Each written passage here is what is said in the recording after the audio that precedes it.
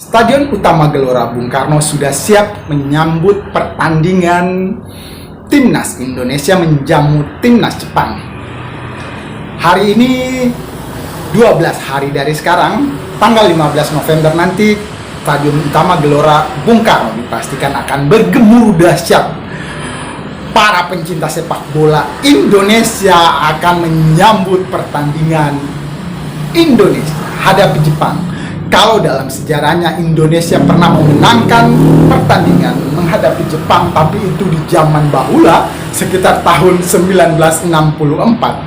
Dan setelah itu Indonesia tidak pernah lagi mengimbangi ataupun menang besar.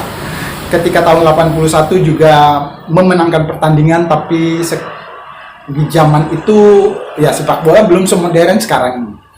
Stadion Utama Gelora Bung Karno sudah bukan bersolek sih, tapi diperbaiki sesempurna mungkin untuk menyambut tamu-tamu di grup C putaran ketiga menuju Piala Dunia 2026. Kalau sebelumnya pertandingan ketika ke babak selanjutnya di putaran ketiga fase Piala Dunia, Indonesia menjamu Filipina, Prof Toha atau Tom Hayes sempat selebrasi sampai luka kakinya kena rumput yang masih belum, ya kira-kira belum standar ya. Harusnya selebrasi itu nyasar aja di lapangan, tapi waktu itu terjadi luka-luka di lutut dan bagian kaki Tom Hayes. Ya ini semuanya sudah diperbaiki, dan kita juga mengharapkan selebrasi nanti di Stadion Utama Gelora Bung Karno, tentunya Indonesia memenangkan pertandingan. Timnas Indonesia menang besar menghadapi Jepang, tapi itu di zaman bahula. Di tahun 1964 Indonesia menang 7-3 atau 7-0. Kita lihat liputannya berikut ini. Rekor pertemuan Indonesia versus Jepang, siapa yang lebih unggul? Jepang dianggap tim raksasa di Asia, sementara Indonesia pernah menang besar 7-0 pada 1968. Namun, sejak itu, Garuda hanya bisa menahan imbang atau kalah dari Samurai Biru. Dari 16 kali bertemu, Indonesia kalah 9 kali dan terakhir menang pada 1981.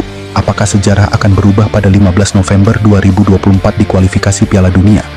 Pertandingan ini sangat dinanti, karena Indonesia berusaha bangkit dan mencetak sejarah baru. Menurut kalian, bisakah Garuda mengalahkan Samurai Biru di GBK?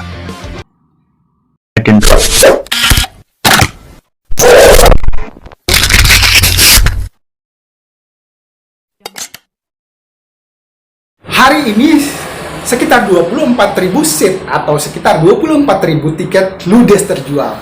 Jadi teman-teman yang berharap untuk mendapatkan tiket pertandingan Indonesia menghadapi Jepang, segera lakukan registrasi di aplikasi Garuda ID.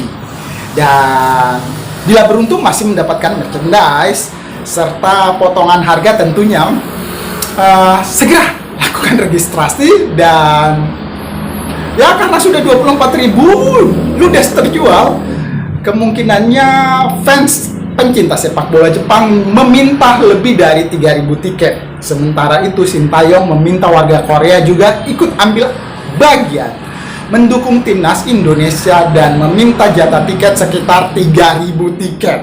Waduh, jadi sudah berapa ribu tuh? 6.000. Kita kebagian nggak ya? Berikut ini kita lihat ulasan dari kanal teman-teman kita membahas tentang Jepang sepertinya mendapatkan berita atau masalah yang cukup serius. Ini dia liputannya. Jepang menyebut jika timnas Indonesia era Sintayong adalah timnas terkuat dalam sejarah sepak bola Indonesia.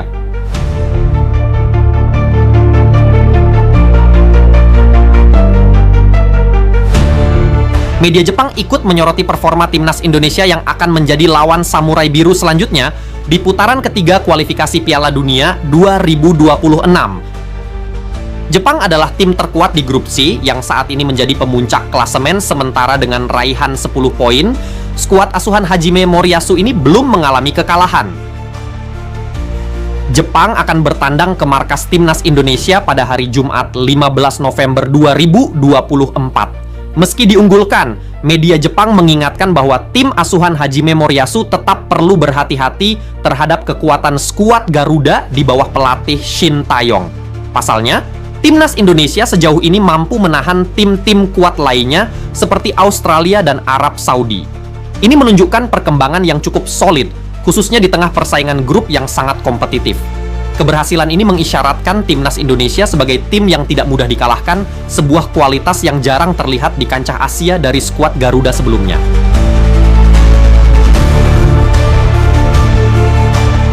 Media Jepang menyoroti konsistensi dan kejutan yang ditampilkan timnas Indonesia sepanjang kualifikasi. Di tengah dominasi tim-tim besar, Shin Taeyong berhasil mengembangkan permainan yang lebih kokoh dan tak mudah ditembus. Hal ini membuat Jepang mewaspadai potensi kejutan dari timnas Indonesia, terutama di laga yang akan dimainkan di kandang sendiri.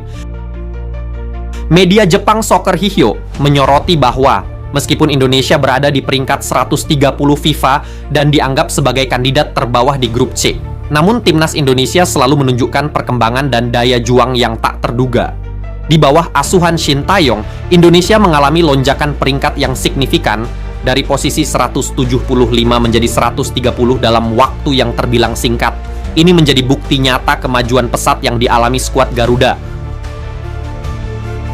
Media Jepang juga tak ragu menyebut jika timnas Indonesia saat ini adalah yang terkuat dalam sejarah sepak bola Indonesia, sampai mereka menulis headline yang berbunyi, "Waspadalah terhadap timnas Indonesia terkuat yang pernah ada."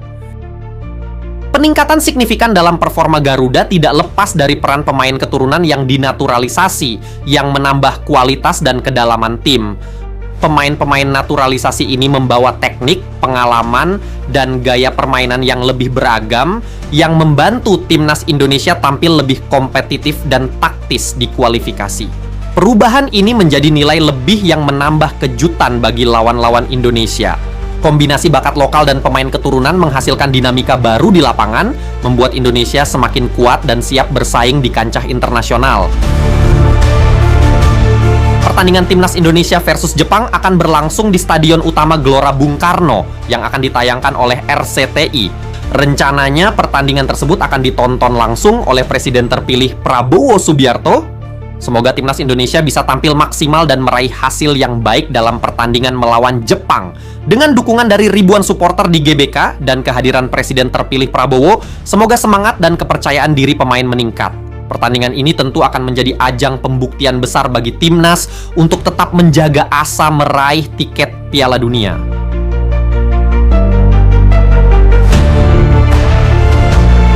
Setiap saat, setiap detik, setiap menit, setiap jam, berita-berita terbaru hampir kita ditinggalkan, dan kita harus mengupdate terus berita-berita itu. Jadi kalau nggak membaca berita, nggak ketahuan informasi-informasi terupdate.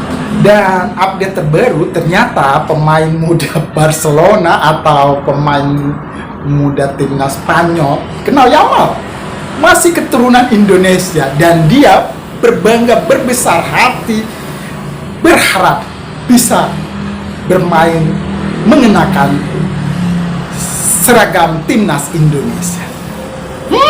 Benarkah berita itu? Kita bahas nanti. Terima kasih sudah menyimak channel Deddy Sapatman.